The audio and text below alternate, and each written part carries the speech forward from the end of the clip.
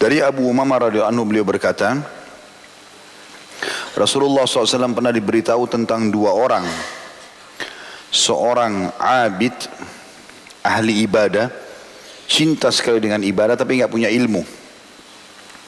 Dan seorang alim, seorang yang berilmu.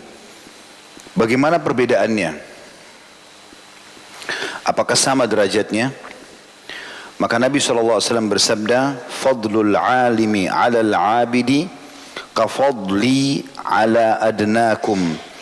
Thumma qala Rasulullah sallallahu alaihi wasallam, Inna allaha wa malaikatahu wa ahlas samawati wal ardi hatta an-namlata fi juhriha wa hatta al-huta la yusalluna ala muallimin nasil khair. Keutamaan dan perbedaan antara orang yang berilmu atas ahli ibadah. Jadi teman-teman lihat, mungkin di masjid banyak orang masuk sholat, azan ke masjid, keinginannya untuk ibadah besar. Ramadan dia puasa, haji pergi, rame-rame pergi haji, tapi nggak ada ilmu. Mereka nggak tahu ilmu agama. Kalau ditanya masalah hukum dia tidak tahu, cuma suka dengan ibadah. Ini bagus, tapi bagaimana kedudukannya kalau dibandingkan dengan orang yang sudah punya ilmu, sehingga dia beribadah sesuai dengan panduan ilmunya? Kata Nabi SAW, keutamaan orang yang berilmu atas ahli ibadah. Tentu ahli ilmu ini juga beribadah, tapi perbedaannya, orang yang berilmu dengan tidak berilmu adalah seperti keutamaanku, kata Nabi. Seperti Nabi dengan atau atas orang terendah dari kalian. Jadi seorang yang alim itu dibandingkan ahli ibadah, maka seperti kedudukan Nabi SAW dengan orang yang paling bodoh di antara kita. Jauh sekali. Kemudian Rasulullah SAW bersabda, sesungguhnya Allah, para malaikatnya, penduduk langit dan bumi, semua makhluknya Allah, di langit dan di bumi, bintang-bintang, malam dan siang, air hujan, segala macam tumbuh-tumbuhan, hewan-hewan, hingga semut dalam lubangnya, bahkan ikan bersalawat kepada orang yang mengajarkan kebaikan kepada manusia. Maksudnya memohonkan ampun dan rahmat kepada Allah untuk seorang alim yang mengajarkan kebaikan pada orang-orang. Masa hadis seperti ini teman-teman tidak menyentuh hati antum untuk menjadi seorang alim?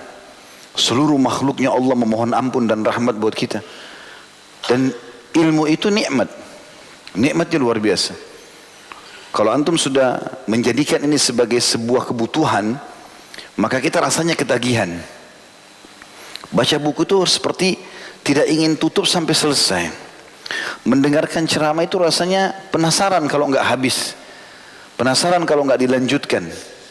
Punya kenikmatan, tapi ingat, kenikmatan itu hanya didapatkan bagi orang yang ikhlas. Kapan dia riya, kapan dia hanya kejar dunia, tidak akan ada bekasnya ilmu itu. Kenikmatannya akan ada pada orang yang jauh dari kemaksiatan. Kapan dia buka pintu dosa, dia akan jauh dari ilmu.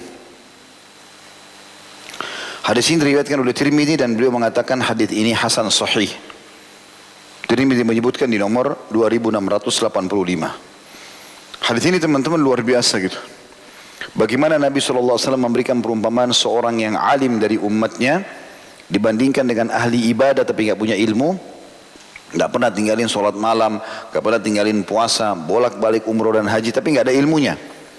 Nah, banyak kita lihat gitu kan, contoh misalnya jemaah haji kita, banyak sekali pergi haji. Tapi kalau kita tanya hukum nggak paham, dia tidak tahu.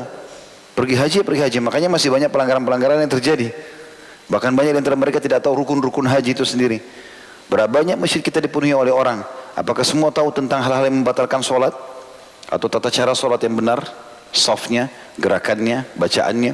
Apakah semua bacaan Qur'annya bagus padahal dia harus baca dalam sholatnya? Kita temukan kalau alim pasti bacanya bagus, pasti gerakannya benar karena dia punya ilmunya. Seperti itulah.